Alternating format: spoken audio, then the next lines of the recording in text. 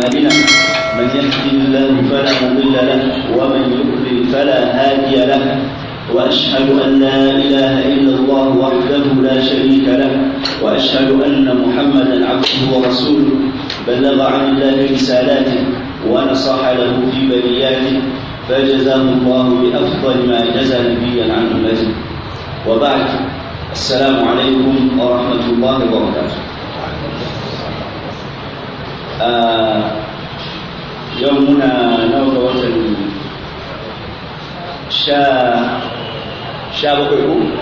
يومنا شابك وطن الحجة watan 12 hijirar manzo Allah sallallahu alaihi wasallam yau tana shekarar 1440 wanda ya zo daidai da 18 ga watan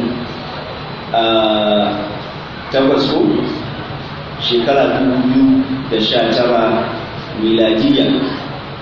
Muna ƙara yabo da godiya ga Allah da ya sake tara mu wannan masallaci na al-Imam Bukhari a wannan titin Abdullah bin Fodi a wannan birnin na Sokoto domin ci gaba da karatu na sirar ma'aiki sallallahu alaihi wasallam a cikin wannan littafi al-Urjuzatul Mi'iyya fi dhikr hal ashrafil bariyya na babban malamin nan Ibn Abdul Aziz Al-Hanafi.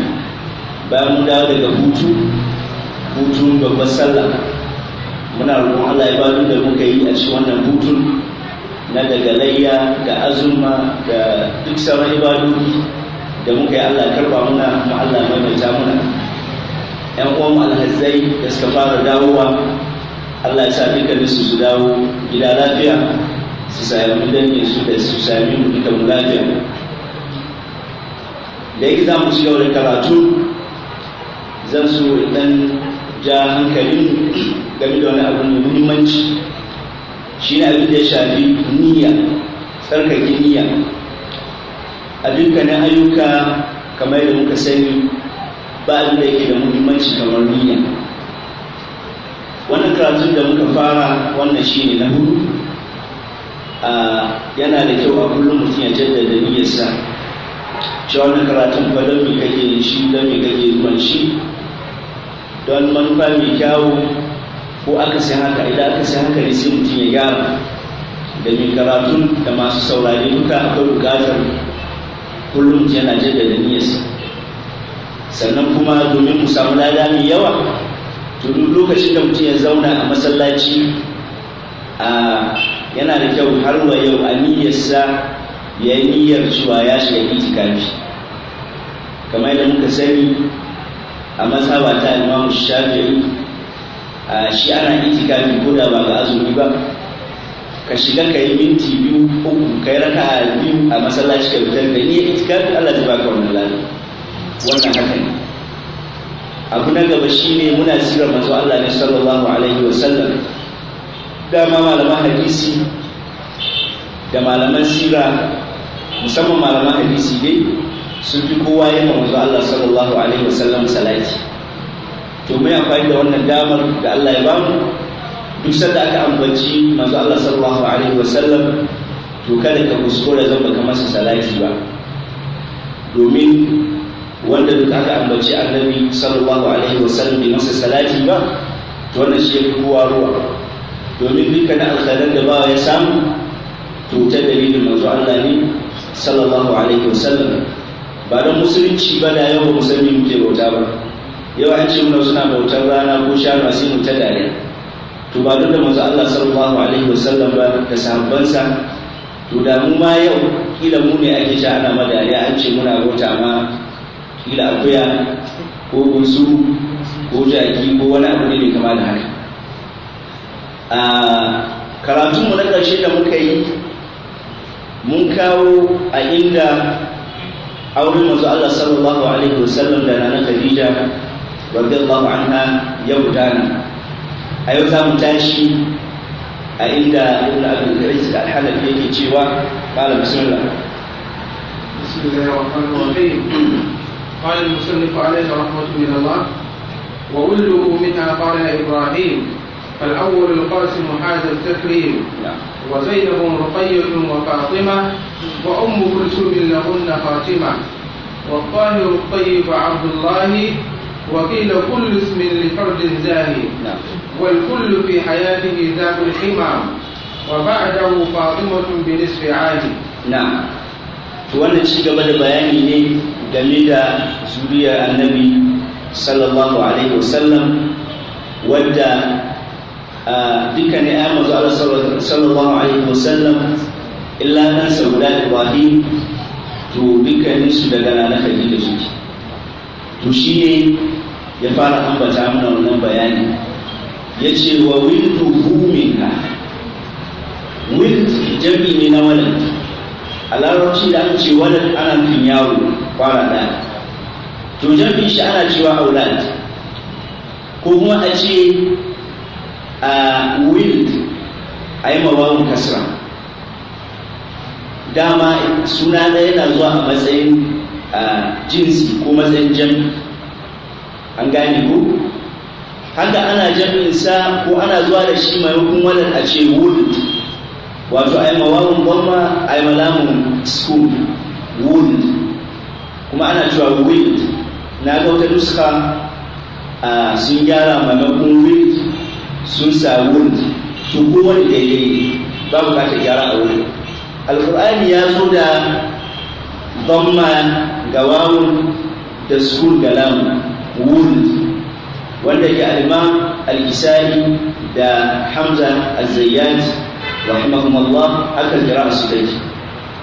Al-Imam Shatibi yace wa wuldan biha wazurufil mum wa sakinan shiba, wato yana nufin wadannan shaykhan sun karanta a suratul Maryam wa qalu ittakhadha ar-rahman wulda maimakon walada. Haka a suratul Zukhruf, a suratul Maryam gaba ɗayan da suka zo kamar an da'u ar-rahman wulda, da suratul Zukhruf can da Allah ke cewa qul law kana lir-rahmani wuldun fa ana awwalul abidin. So duka yana zuwa da wannan, amma Qur'ani ya zo da dhamma ga wawu da sukun ga lam, amma bai zo da kasra ga wawu da sukun ga lam ba. Amma har ya akwai larabawan da suna faɗi haka. Da za ka zama da ɗan Mauritania ko ka je Mauritania za ka ji suna da wannan wuld suke cewa maimakon walad ko wuld. So shi ne cewa wuldu ‘ya'yan manzo Allah sallallahu alaihi wasallam minha daga gare ta suke dukkanin su, khala Ibrahim banda Ibrahim. Don haka ‘ya'yan manzo Allah sallallahu alaihi wasallam dukkanin su sayyidatuna Khadija ita ta nufe su, illa ɗan sauda shi ne Ibrahim. To sai ya shiga ambata musu ya ce fal awwalul qasim, fal awwalu na farko al-qasim shine al-qasim. Wannan shine babban dan manzon Allah sallallahu alaihi wasallam. Yace haza at-taklif, haza ya tara at-taklif, girmamawa. Tabbas Allah ya girmama shi kasancewarsa shine da na farko na manzon Allah sallallahu alaihi wasallam, kuma da shi ne ake ma manzo Allah sallallahu alaihi wasallam alkunya. Domin manzo Allah sallallahu alaihi wasallam alkunya sai ita ce Abul Qasim. Abul Qasim kai ko cikin ƴaƴansa da za su yi wa juna alfahari, to shi yana iya alfahari da wannan, cewa Allah ya karrama shi da kasancewarsa da sunan sa manzo Allah sallallahu alaihi wasallam yake alkunya. Don haka ana ce masa Abul Qasim. To ya rasu yana karami shi ma, don haka bai girma ba. Za mu ji hikimomin da suka sa hakan ta faru. Don haka ne shi ne babban da na manzo Allah sallallahu alaihi wasallam al-Qasim. To hadisai sun zo game da mutum ya alkunya da irin alkunyan manzo Allah sallallahu alaihi wasallam. Yace ku yi suna da sunana, tasammu bi ismi ko tasammu ismi wala tukannu bi kunyati. Cewa ku yi suna, ku saka ma ƴaƴanku suna irin nawa Muhammad kenan sallallahu alaihi wasallam, amma kada ku yi alkunya da irin alkunya. Kada wani ya ce yau shi alkunya shi Abul Qasim. To malamai sun tattauna waɗannan hadisan suka ce wannan a takaice ana nufin lokacin da manzo Allah sallallahu alaihi wasallam yana raye. Sanda yana raye haramun ne wani ya ce alkunyarsa Abul Qasim. domin yana yi wa manzo Allah sallallahu alaihi wasallam yana kusa. Idan aka ce Abul Qasim kuma ba da manzo Allah ake ba sallallahu alaihi wasallam kan zai jiyo, kaga wannan a tantar wulakantarwa ne, kuma munafikai suna amfani da wannan su kama wato jirga manzo Allah sallallahu alaihi wasallam sai a ce Abul Qasim a ba kai ba bayan ya jiyo. Don haka sadda yana raye haramun ne mutum ya yi alkunya da Abul Qasim, amma bayan ya rasu yanzu kowa yana iya yi alkunya da Abul Qasim. Kuma ita alkunya ba dole sai mutum ya haihu ba, kana samun kanka alkunya, kila kana fatan nan gaba in ka haihu ka sama ɗanka ko ɗiyarka wance ko wani, so ya halatta ka ce alkunyar ka wani ko da baka yi aure ba ko kuma ko da baka haihu ba. Mun san cikin matan manzo Allah sallallahu alaihi wasallam akwai Ummu Abdullah, wace ce? Aisha ta haihu radiyallahu anha, ba ta haihu ba. To ana yin alkunya ko da mutum bai samu haihuwa ba kuma ko da bai aure ba, an gane ko wannan kenan. Fal awwalul qasim hadha at-takrim yace wa Zainabu Ruqayyah wa Fatima wa Ummu Kulthum lahunna khatima. To shi anan ya jeranto su yadda kila shi yake ganin haihuwarsu ta zo, bi ma'ana yadda ya tsaro su to haka haihuwarsu ta zo a tashi ko a rashin shi jihadi. Domin malaman sira sun yi sabani game da cewa shin wace ce ke bima wace daga cikinsu, ko da yake ita Zainab da yake ita aka fara kawowa, ita gaskiya sabani bai yawa ba game da ita, cewa ita ce babba a cikin 'ya'yansa mata, shi yasa fara kawo ta. Yace fa Zainab, dama fara jiran mana su ne ko ya ce fal awwalul qasim kenan, wa thaniya ita ce Zainab, ita ce babbar diyar manzo Allah sallallahu alaihi wasallam. An haife ta kafin hijira da shekara 10, an gane ko, kuma ta yi hijira kamar da kila can gaba zan kawo wani bayani game da haka. Fa Zainabu Ruqayyah, ita wannan Zainab akwai Abul As ibn Rabi shi ya aure ta, an gane ko. Sai Ruqayyah ita ce ta biyu a wurin wasu malamai, kuma insha Allah wannan shine duk kusa ga sawaba, cewa daga Zainab sai Ruqayyah, ita kuma an haife ta hijira kafin hijira da shekara 7, kuma ita ce wadda Sayyidina Uthman radiyallahu anhu ya fara aure kafin ƴar uwarta Kulthum, wanda ke Musa ana ce masa Dhun-Nurayn saboda ya auri waɗannan ƴaƴa biyu na manzo Allah ne sallallahu alaihi wasallam, da ita wannan Ruqayyah da kuma Kulthum. Fa Zainabun Ruqayyatun wa Fatima, sai Fatima wanda ita ce mafi shahara mafi daraja daga cikin zuriyar manzo Allah sallallahu alaihi wasallam, an gane ku, bal ita ce ma mafi daraja daga cikin dukkanin sahabbai ko daga cikin matan duniya gaba ɗaya. Malamai sai sabani cewa wace mace ce mafi daraja. Wasu suka ce na Fatima ita ce tafi kowa daraja, domin ita tsokar manzo Allah ce sallallahu alaihi wasallam. Wasu suka ce Khadija, wasu suka ce na Aisha. To amma dai malamai abin da suka ce abin da yake mutum ya tawakkufi, waɗannan dukkanin su in ka duba manaqib nasu za ka iya cewa lallai kowace su ta kai a ce ita ta fi kowa daraja. To amma ita na Fatima kamar yadda ya zo a cikin hadisi na Aisha radiyallahu anha cewa manzo Allah sallallahu alaihi wasallam wata rana lokacin da ya kusan rasuwa ta zo wurin shi yana cikin rashin lafiya, sai ya sirranta mata wata magana, an gane ko, sai ta fashe da kuka, sai ya sake sirranta mata wata magana, sai ta yi murmushi. To ba manzo Allah sallallahu alaihi wasallam ya rasu, nana Aisha ta tambaye ta wani menene ya faɗa miki lokaci guda ke kuka ba ta jima ba kuma sai ga kina dariya. Ta ce ai ya ce min mala'ika Jibril duk shekara duk azumi yana zo masa su yi mudarasa alqur'ani sau daya, wato su sauke alqur'ani kenan, ai muraja'a da tafsirin da ke ciki da qira'o'i, ya akwai abin da za a shafi an-nasikh wal mansukh a shafi al-'ardatul akhira kenan, an gane ko. To da aka zo ita wannan azumi na ƙarshe sau biyu suka sauke alqur'ani, to sai faɗa mata yana ganin wannan alama ce ta cewa ajalinsa ya kusa, to kaga dole ta fushi da kuka.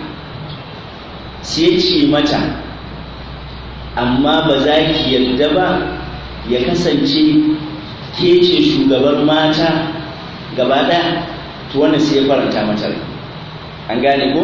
To wasu malamai sun kafa hujja da wannan cewa na Fatima ita ce ta fi kowa daraja daga cikin mata, domin tsokar manzo Allah shi sallallahu alaihi wasallam, kuma tsokar na Khadija ce, wanda ita ma wasu malamai sun ce ita ce ta fi kowa daraja. Nana Aisha ita kuma an tambaye shi wa ya fi so, ya ce Abubakar, ya ce Nana Aisha. Aka ce daga cikin maza fa, ya ce babanta. To ala ayi hal wannan dai ba wani abu ne da ya dame mu ba, a wurin Allah wannan yake, amma kowace su manzo Allah yana son ta, kowace yana ji da ita, kowace tana da daraja, tana da girma. Amma dai zuriyar manzo Allah sallallahu alaihi wasallam ta watsu ne, tana na Fatima, kamar da muka san daga su Al-Hasan Al-Husayn, zuriyar manzo Allah sallallahu alaihi wasallam ta watsu. Bar za mu dawo mu wasu bayani game da wannan bayan mun gama ambaton sunayen aya. Wa Zainab Ruqayyah wa Fatima, yace wa Ummu Kulthum lahunna Fatima, yace sai Ummu Kulthum ita haka sunan da yake kamar alkunya ko kamar da za a ce Abu kaza, Abu Qasim, Abu Hurairah, Abu alkunya, to ita sunanta haka yake Ummu Kulthum. Don haka akwai sunayen da in ka kalle su alkunya ce, ka ce alkunya ne, amma kuma sunaye kamar wannan sunan Ummu Kulthum, yace khatimatul lahunna, ita ce mai ciko lahunna gare su ƴaƴan manzo Allah mata sallallahu alaihi wasallam. To ita ma tsakanin Fatima da Ummu Kulthum malamai sun yi sabani sun wacce ce karama ko ɗan auta a cikin su. Wasu sun ce Fatima ce, wasu sun ce a Ummu Kulthum ita ce. Ala ayi hal dukkan su ne ƴaƴan manzo Allah ne sallallahu alaihi wasallam. Yace wa tayyib wa tahiru tayyib Abdullah, wa tahiru at-tayyib Abdullah. Yace da at-tahir at-tayyib Abdullah, suna uku.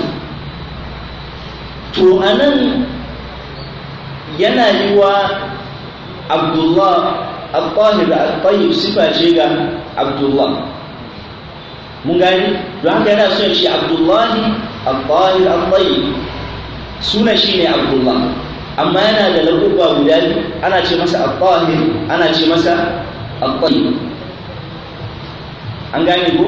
Yace amma waqila an ci, wasu malamai sun ce kullu ismi, kowane suna daga cikin waɗannan suna guda uku, zahir mai kyawu bi fardi, wato ya tabbata ga mutum ɗaya ne.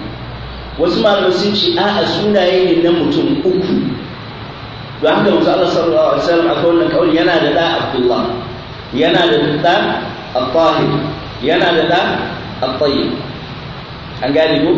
To amma dai cewa da Al-Tahir da Al-Tayyib laƙuba ne na Abdullah, wannan shi ya fi inganci, mun gane ko.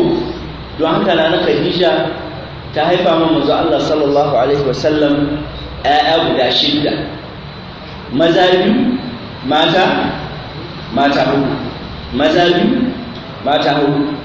Mazan da Al-Qasim da wannan na ƙarshe shine Abdullah, wanda yake yana da lakabi Al-Tahir da kuma Al-Tayyib. Al-Tahir tsarkakakke, Al-Tayyib shi ma yana ɗaukar ma'anar tsarkakakke ko kuma mai daɗin halaye da mu'amala, an gane ko. Yace wal kullu fi hayatihi dhabul hima, wal kullu dukkanin su waɗannan ayan manzo Allah sallallahu alaihi wasallam dhabul hima, dhabu sun dandani al-hima, mutuwa. Al-hima ita ce al-maut, an gane ko.